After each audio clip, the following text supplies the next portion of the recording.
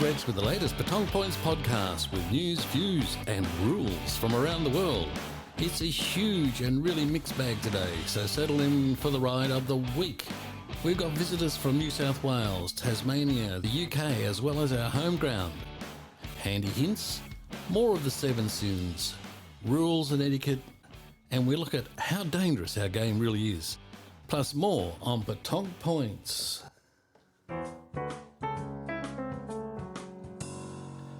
But first, let me tell you 2 things we don't have for this episode. Aboul's manufacturing company, of whom you may have heard, have not yet got back to me to discuss the aspects of their lineup, maybe further down the track. And Radio New Zealand have an interview with one of their genius players. I'd sought permission to present it on Petanque Points. Unfortunately, their fee for doing so was well above my resources. But interestingly, you can listen and download it for yourself on Radio New Zealand. It's Giorgio Vakawuta, the Jono Lomu of Petanque, from Champions of the Pacific on 10th of March 2021. Here's another thing you can do for yourself, but you must be over the age of 30. You can compete in the Masters Games in Perth, which are on in October of this year. And the best news is you don't need to be a superstar to participate, with entry open to all who meet the minimum age criteria.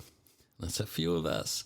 The Australian Masters Games is one of Australia's largest regular multi-sport festivals, with an extensive sports program offering over 50 different sports, including 10-pin bowling, darts, petanque and powerlifting, to name just a few. There is truly something for everyone. How much are entry fees? Can be as low as $105 if you register now. For more details, punch in Australian Masters Games into your web browser.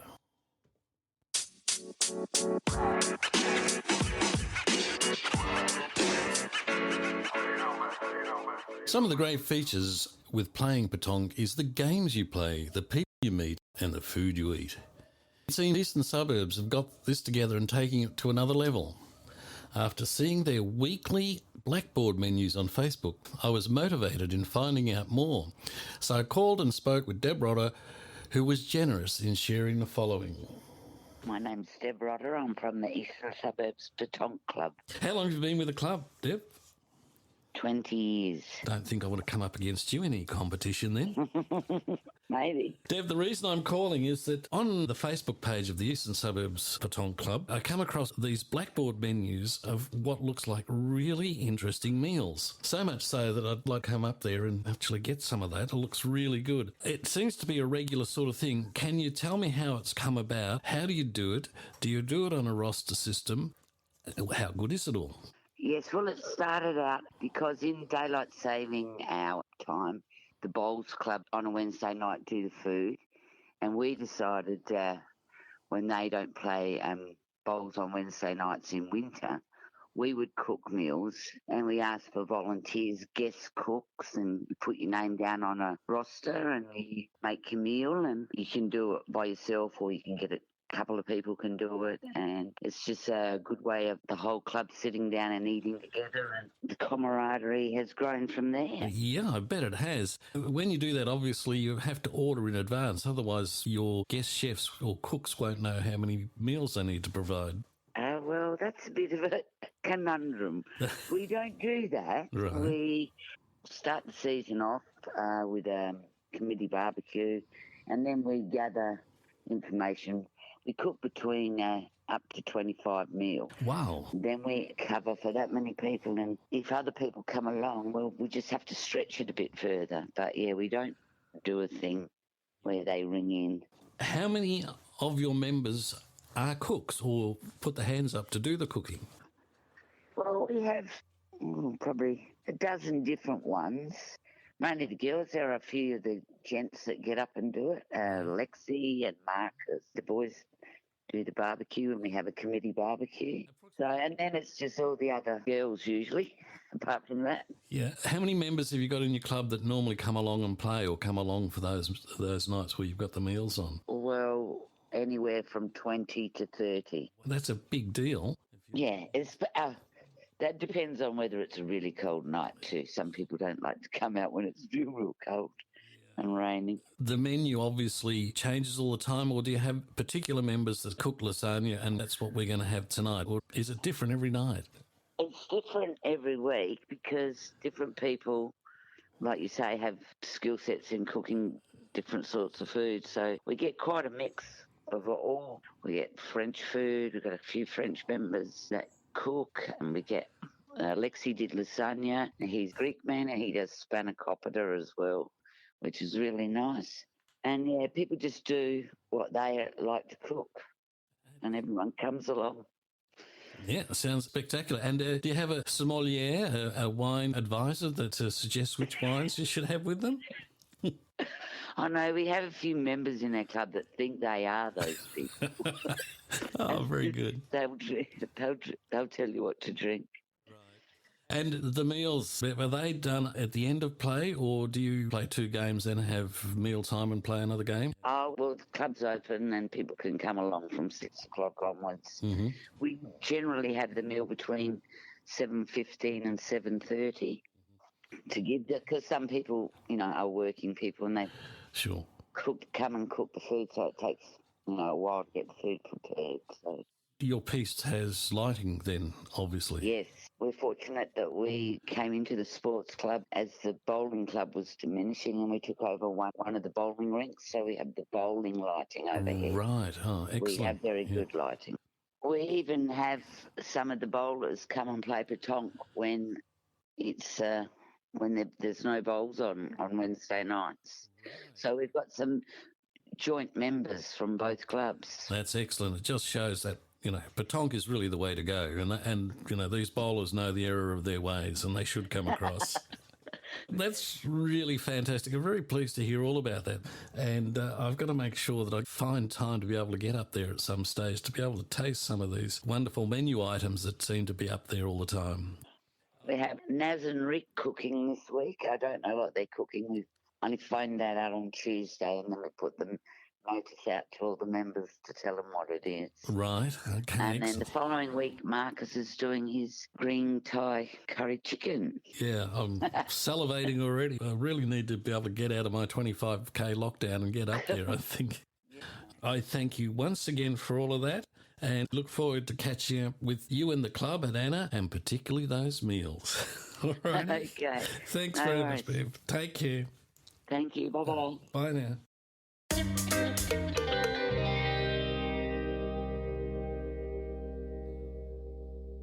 Now, what about a bit of etiquette, courtesy and rules? Try these. Who measures and awards points? Contrary to popular belief, measuring is not done by the losing team, but by the team who last played that end. 1 point is scored for every one of the winner's bulls that are closer to the jack than their opponent's nearest bull.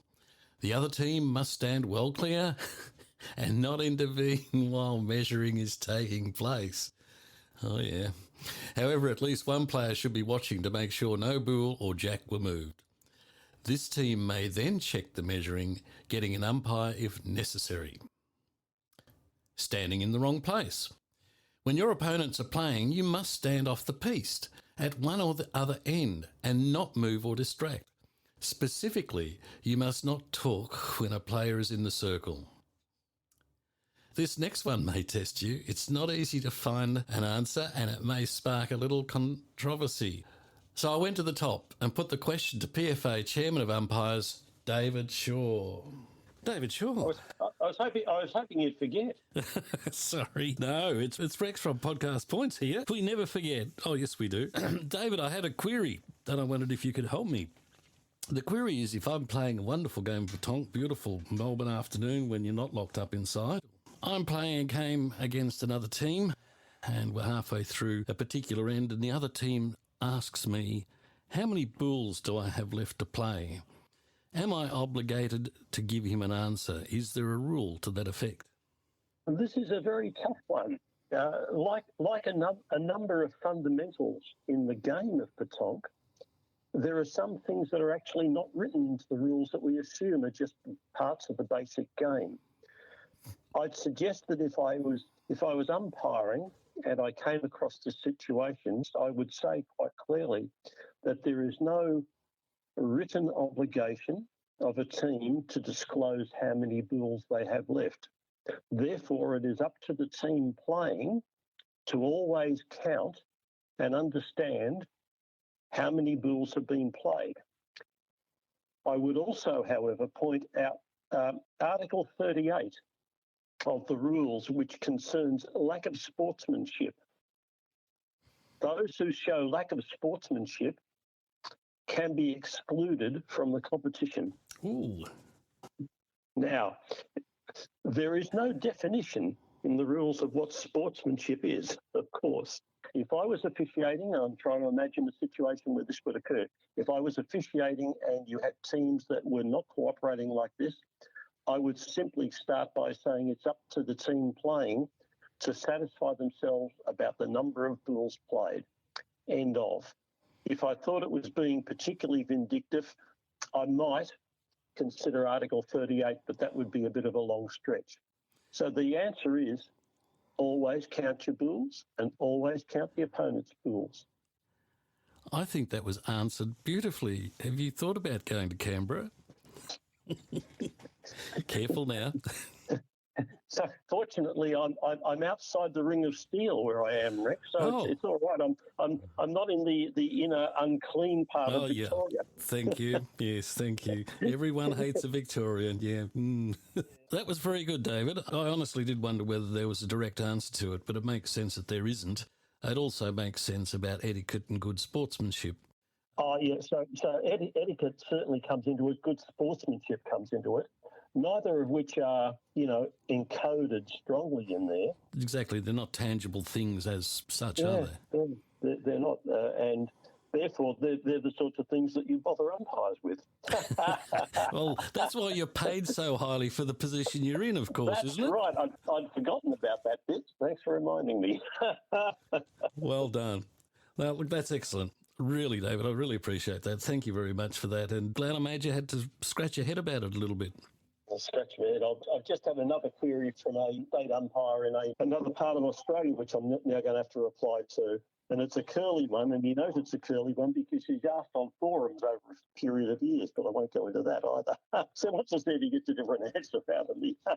You've given me lots of good reasons not to get onto the umpire schooling thing. Yeah. Oh, well, I can give you two great reasons to go onto it. It is written in the rules that an umpire's decision is final and cannot be appealed in a game.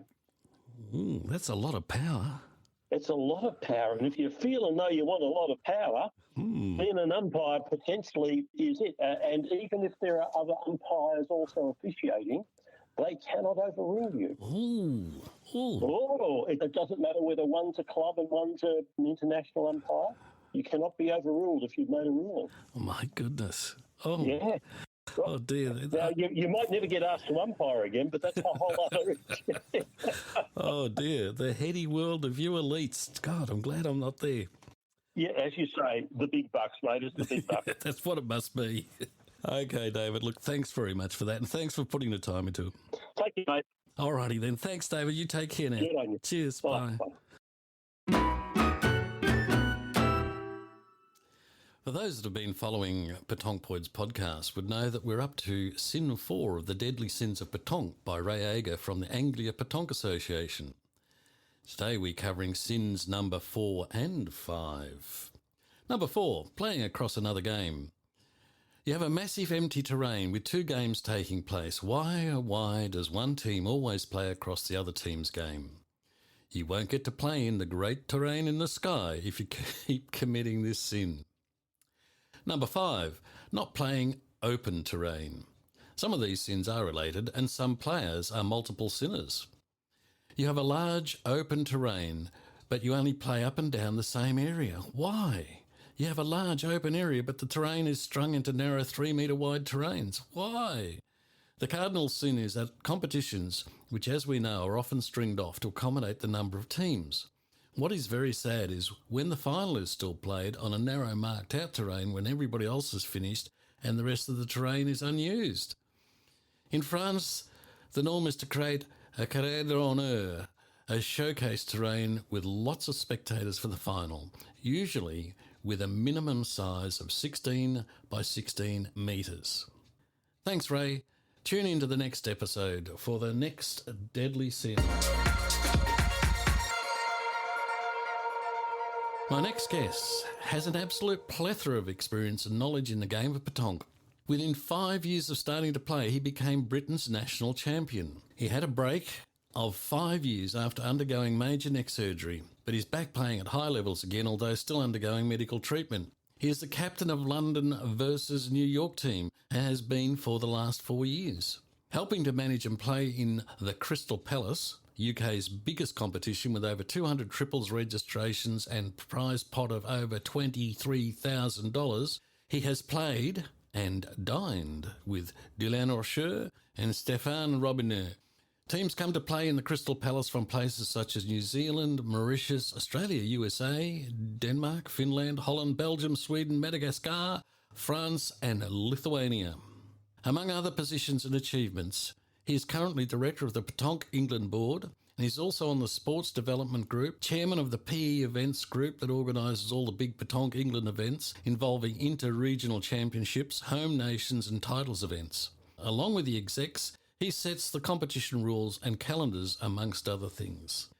With a background like that, I'm very pleased to introduce Barry Wing from the UK, better known as Baz. G'day, Barry. This is indeed Rex from Petanque Points in sunny Australia. I got onto you by seeing a video that I saw of you leading up to, obviously, a big event over the last weekend. I wonder, could you tell the listener a little about your involvement in that, in what the weekend was about, and how you got involved in Petanque generally? Thanks, Baz.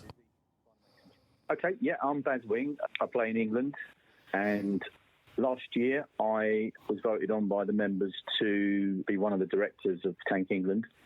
So it's been an interesting year. It's been busy, trying to make some changes for our sport, trying to look at the positives and trying to see how we can take the sport forward. I think we've made really good strides in the first year.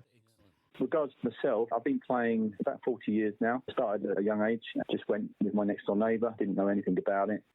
Went along and seemed to be pretty good at it from the moment I started playing and got hooked on it. As a lot of players do find when they do give it a try, they do get hooked on it. Definitely got something about it, this game. It's a little bit addictive is what I've found. That's the word I'm using a lot lately. Exactly, yeah. I mean, I'm someone that is into most sports. I've played most sports my whole life: football, tennis, snooker, pool, darts. Most sports that men play and women play. Hand-to-eye coordination sports.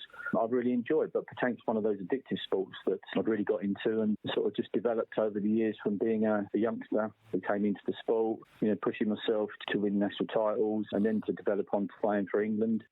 Just did the natural progression, really, which most people would try to do within a sport. And yeah, it's been a good journey along the way. Met many, many people from all around the world. Yeah, thoroughly love the sport, which is why I've got more into promoting over the last sort of 8 years. Fantastic. Yeah, I think most of the people in Petanque have done various other sports, but they still had that competitive side, which I find that the Petanque has. It's a very tactical game. It is a physical game, as you probably know yourself. You walk up and down piece, you do over 10,000 steps in a day at least. You're bending over, you're picking your balls up. It can be a physical game, but it's just not so impactful on the knees where other sports can be. The other thing that we find here is we have a mix of about 50-50 males to female in most of the clubs here. And that's one of the other aspects that we find we enjoy is that it's something you can play with your wife or your girlfriend, but it's got a very good mix that way. And males can play against females. Unlike other sports, there's no advantage or disadvantage to either of those sides being able to play the game. And we find that the social aspect is one of the big things that draws people and keeps people into the game. Definitely, yeah, 100%. I mean, the thing that attracted me the most, there was a lot of teachers around when I came into the sport who were bringing youngsters into the game, and I think we lack that a little bit now because we've got a severe shortage of juniors within our country. I think we've only got 70 odd members at the moment out of our whole membership. So we are trying to do something about that. We are trying to look at ways that we can attract more of the younger generation into the sport. And we've just recently, one of my colleagues who's on the Sports Development Group and myself, Tom Wilson's just been doing a project with the University in Bournemouth where they've looked at how we can try and get the youngsters into this sport. And they've got a few videos interviewing youngsters, and they had a little throw on the beach. They managed to get about 24 juniors onto the beach, and they were playing on Bournemouth Beach. And they did like a TikTok campaign, which is obviously very popular with the youngsters nowadays. And I think it's got 200,000 views, the video that they sent us. So it's quite exciting. Yeah, it's something that we need to look at a bit more within this country to try and generate that interest from the younger generation. We have the same situation over here. We're dominated, obviously, by the upper end of the age bracket in all of the clubs all around Australia, and getting younger players seems to be the difficult thing. One of the videos I saw that came out of that Gravesend weekend was an interview with guys and girls. That was wonderful to see those young kids that were so enthusiastic and excited about playing. That's one of the things that impressed me about that video that I saw. You guys seem to have got that together about getting the younger kids coming along. It's something we really struggle with here. What I actually saw was a big weekend. Yeah. Was this the national titles? And do you belong to a particular club, or is Petanque England the club? Is it a separate club is what I'm getting at? And who organised this weekend? Okay, yeah. So Petanque England is the national governing body for the sport in the UK and for England. And yeah, I play out of a club called London Petanque Club, so I play in London. But I do have an affiliation with Gravesend, which was the club that you saw on the video. And each year we've been holding the titles weekend on the same date, on the bank holiday weekend, so it allows us to have 3 days play. And we normally do singles, doubles, and another event on the titles weekend. But because we were against time this year, with time constraints, we decided to play the men's triples because we have ranking events over here to qualify for England. So we did one of the ranking events on the Monday to try and get that fitted in before the timeline for the championships for this year. And then we also, because obviously we didn't have anything for the ladies, we put on an International Women's Day run by our Tassie Leffert on our events team. Okay. So we had a men's triples and a women's triples on the Monday, and the men's and ladies singles and doubles on the Saturday and Sunday. So yeah, the week before we go up, we prepare the piece, the club, Mike Cubitt and the club, we get up there and we lay the pitches down on the overflow car park. You've probably seen the pitches which you commented on under the roof. Yep. And so we've got 24 piece on the main area, which are always there. So 12 are not under the roof and 12 are under the roof, I think it works out to. Right.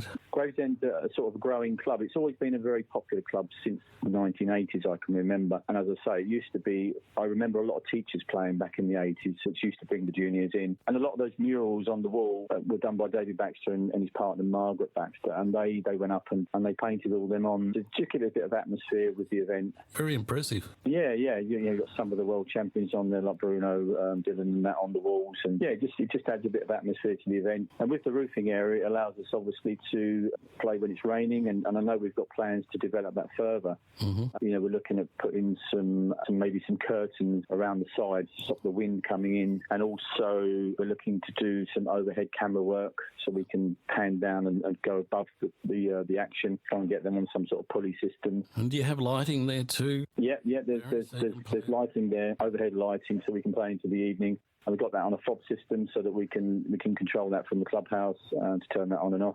So we've got developments in place to make it an even better venue, and hopefully we can work on trying to get that as the sort of model for a few more. Is that a typical layout of any petanque club, similar in size? No, not at the moment. London's more played in a park. Right. We've got some area around basketball courts. It's just like a flat area of terrain and with trees around, and you just play in the middle of the park. So it's great for people walking past. Excellent. People are able to see the game, and that's what we need to do more with our sport. I think the reason the sport struggles to grow to the heights of other sports is that it's always run in pubs and clubs, and it's out the way and not around the general public. And I think the more we get game out there to the general public, sure, the more people will get addicted, I think. So we're working on that over here, try and get some more help in Sport England. You're not alone there. We all seem to suffer the same situation. And it's just making people aware that this is available, which is one of the reasons why Petanque Points podcasts exists, is it's exactly what we're trying to do. Yeah, great. The weekend that you did have, was it the Nationals at Gravesend? Yeah, the National Titles weekend, as I say, the singles, the doubles, and there was 2 of the Titles weekend. So what we started up, you asked what my roles were. Obviously, I became a director, and then I was asked to become chairman of the Petanque England Events Group, which is involved in, with the titles weekends, things like Home Nations tournaments, where we play England, Scotland, Wales, Jersey, and also things like the inter-regionals for our sport, where we get all the different regions from the UK that play against each other. So when I went on the events group, I wanted to try and get more involvement from the grassroots players and getting people into the game that haven't played before, getting people back that may have sort of lost the love for the game to come back in. Right. And so I created the National League, which is, I feel, a very good thing that we've got going now, because it rewards a lot of players from different levels. So we've got like a gold, silver, bronze, pewter system. So, you know, after the first few games, you get put into the right sections depending on your winning results. So if you win, you go into the gold. If you're middle ground, you go into the silver or bronze, and if you lose your games, you go into the pewter. Sure. And then at the end of the series, this year we have 6 competitions within that series. And at the end of the series, we'll see who the gold winner is, who is the silver winner, who is the bronze winner, etc. Yeah. And then we've got prizes for each section. So we've got like a set of ball, cash prizes, and trophies, T-shirts for the winners of each section. Lots of the competitions here in Australia, generally the prizes are cash and wine, either bottles of or cases of, and everybody seems to be happy with that. But I noticed on some of the other stuff I followed up with Gravesend Weekend that, yes, you have some nice trophies there too. Yeah, we have like a perpetual trophy for the winners, which we keep and hand out to the winners each year. Plus, we normally do like a winner's T-shirt. We've managed to get some sponsorship this year, so I'm trying to increase the prize money and the things that we give back. And I'm a solid believer in that. You know, I love a cash tournament myself, but I know I'm not the norm for, you know, not everybody wants the same prizes that I want. Mm-hmm. So what I've tried to do as chairman is to try and get more prizes given back to players. You know, whether it's a bottle of champagne, whether it's trophies, whether it's cash, whether it's vouchers, you know, I'm going to work on trying to get a variation, because for me, I know from my own experience of winning tournaments that when you win, there's nothing worse than winning nothing. Yep. You know, you come away feeling so deflated. You worked hard for it and there should be a reward at the end. That's exactly right. Yeah, I mean, even if it's some vouchers for something, you know, weekend away, a spa trip, you know, something, a crystal glass. For me, it's a little bit to do with the organisers having a little bit of thought into the prizes themselves, because you know, the players, they turn up, and I know there's been a lot of disappointment over the years where players have turned up and not won anything, maybe like a little medallion in the box. And you know, some people do like to win a medallion in the box. Some people do like to win a ribbon around the neck, a trophy. You know, everybody's got different opinions. So for me, I want to try and get a variation. And you need sponsorship to be able to do that. Yep. You know, if you get the sponsorship, then you can start giving out this variation of prizes. And you can cater for all levels then. So that really is wonderful, and it sounds so positive and really going forward to improve the whole thing. Again, congratulations to you and your team, of course. It's really excellent. Thank you so much for being involved. Really appreciate that. That's no problem. Thank you for inviting me, Rex. I'm always happy to help us for that. Appreciate your time today. Okay, Barry. No, I appreciate you, and take care. I certainly look forward to seeing you at some stage. Get rid of this damn COVID thing first, and then we can make decisions. All right, Barry. Thanks again. You take care. Cheers. Bye. Well, cheers, Rex. While we're on overseas reports, here's one from Bayside Petanque Club, Tasmania. Our regular reporter, Robin Dando, known locally as Radio Robbie, has filed this wonderful and picturesque edition. Yesterday brought a deluge of rain with more forecast for today, so much so that the Executive Committee, in their infinite wisdom, cancelled today's session. Now, as you know, or may not know, Baysiders can be rather crabby if they don't get their petanque fix at least 3 times a week. So in the interest of keeping the troops happy, it was decided to coffee instead of play, and coffee we did. 13 brave members sloshed their way around to Beach House Cafe, which is just around the corner from the piste. Our beloved patron even came, Queen Liz of Taroona, and all she surveys, with Prince Regent Max by her side. She honoured us by attending, albeit incognito, although she was wearing the royal jewels, just giving the slightest hint of her genteel nobility. It was a lovely couple of hours, if a trifle squeezy. The booking was made for 10 people after all. Who would expect all those people to turn up? In fact, one poor couple sitting close by looked at us with horror, picked up their coffees and moved to the far end of the cafe. Cheek! We yacked our heads off, sharing the odd joke or 2 or 10, how those blokes love to outdo one another, put the world to rights and relived past performances on the piste. The killer carrows, the perfect pointing, the surreptitious strategies, absolute champions all, with very selective memories. And the coffee was perfect too on this miserable afternoon. During the last couple of weeks, despite the most severe winter conditions, Baysiders have been turning up in droves to have a throw. Some days have been so cold, every breath was laden with icicles. On other days, the southerly buster roared up the Derwent River, roiling black clouds bringing freezing blasts of Antarctic air, whiffs of slumbering seals, haunting calls of humpbacks, lost screams of wandering albatross, and the gackering of penguins. When those black clouds race towards the east, it's time to go home. On other days, Bridgewater Jerry stole down the river from the Derwent Valley, this thick, all-enveloping fog following the river's course, lying low over Hobart's riverside suburbs, clammy, dark and dense, while the hillside suburbs are bathed in bright sunshine. Extreme weather indeed, and Baysiders played Petanque regardless. Each session saw 20 to 25 keen punters battling it out on the piste. So used to inclement weather, these stalwarts throw on some thermals, put on a puffer, brandish a beanie, grab some gloves, sling on a scarf and button their boots and just get on with the game that they love. With 7 new members who are very, very keen, Bayside now has a PFA membership of 45, with 2 more to come out of the archives. With 5 hags cheering from the sidelines and 2 associate members, it's a busy place. On the home front, last week we were visited by some members of the newly established Launceston Petanque Club.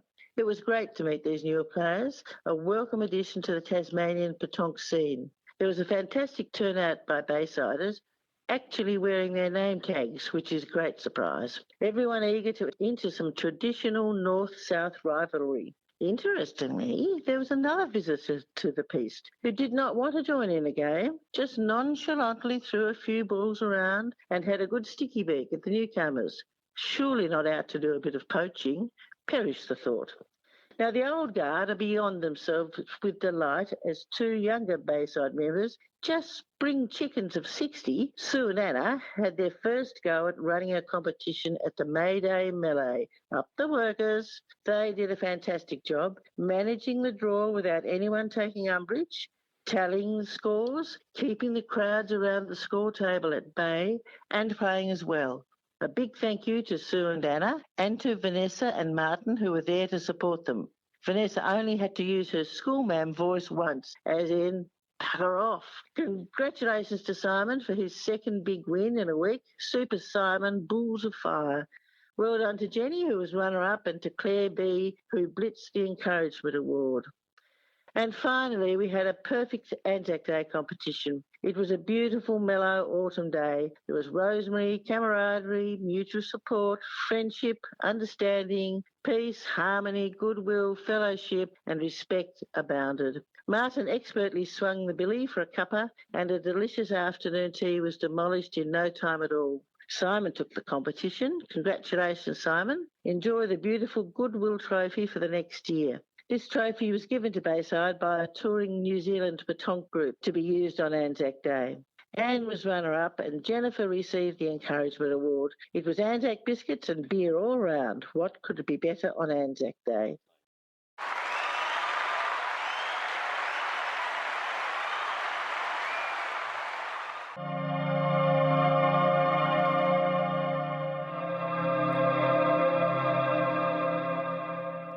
Along with sharing some of the rules, Petanque Points also have some hints on improving your games. Guy Messier, umpire, coach, all-round good guy, did you see what I did there, and past president of Camberwell Petanque Club Victoria, has a quickie for you. With your stance, your arm drives which foot goes in front, and the fact of moving your left slightly inside will turn your hip. Mainly for women, it's more important because they tend to be a bit wider compared to the shoulder that men are. So a man by default, usually their hips are smaller, their shoulders are wider, so they don't have any impediment, in the swing. As a woman has got larger hips, smaller shoulder, so often you see the women that go around their hip. And that's why you end up being there, because your arm by default, because of the way you build, it's not your fault. This is also a natural movement for your arm. Right to left when you swing. So that's a natural movement. So if you move your hip a bit out of the way, I find myself, I even drop the shoulder a bit, so I've got nothing in my line. Your foot should always be pointing not at the coach, but on the line you want to play. So if there's a drop in the ground, and you can see the ground is going this way, obviously you're going to play this far above the coach because your ball naturally is going to turn. So this is where you point. Your right foot always goes on the line where you want to drop your ball. You'll get used to it as well. You'll see quickly that your foot needs to be straight where you want to go. I think we're keeping the president up.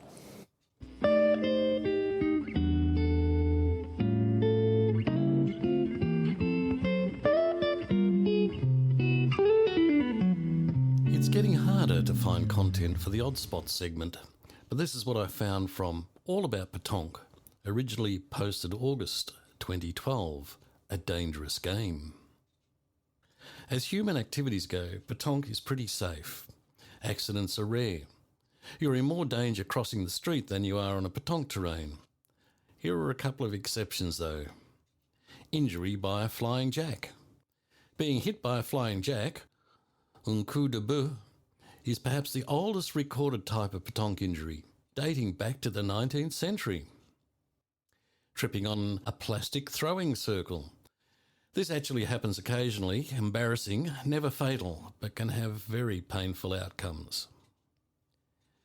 Tripping on a string between marked terrains. The rules do not allow for open toe or backless sandals or shoes. This is not to protect the player's feet from drop balls so much. The element of danger doesn't lie in the balls, it lies in the strings between the lanes and around the edges of a marked terrain. With an open-toed or backless sandal or shoe, it is easy to catch a string between foot and shoe and trip and fall. Injury by a drop ball. This does happen occasionally. Death by a thrown ball. During the more than century-old history of the sport, there has been only one reported fatality. It happened in the town of Ardèche, near Lourdes, in the southwest of France in 2009. Shortly before midnight, Frank, aged 39, was taking part in a game of petanque at the local rugby stadium. As he approached the jack to verify a point, he was accidentally hit in the head by a ball thrown by one of his teammates. How sad. Death by exploding ball.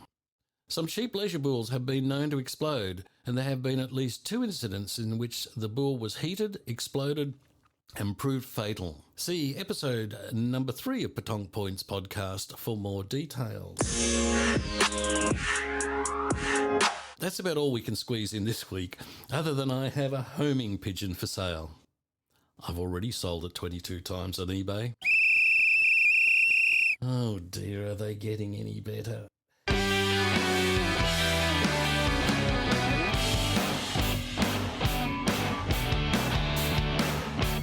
Anyway, thank you for tuning into Petanque Points podcast.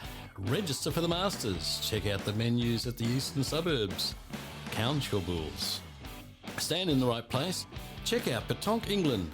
Visit Tassie. Move them hips and take care. If you or your club would like to contribute, send to audiorexy@gmail.com. Rex out. You're a good man.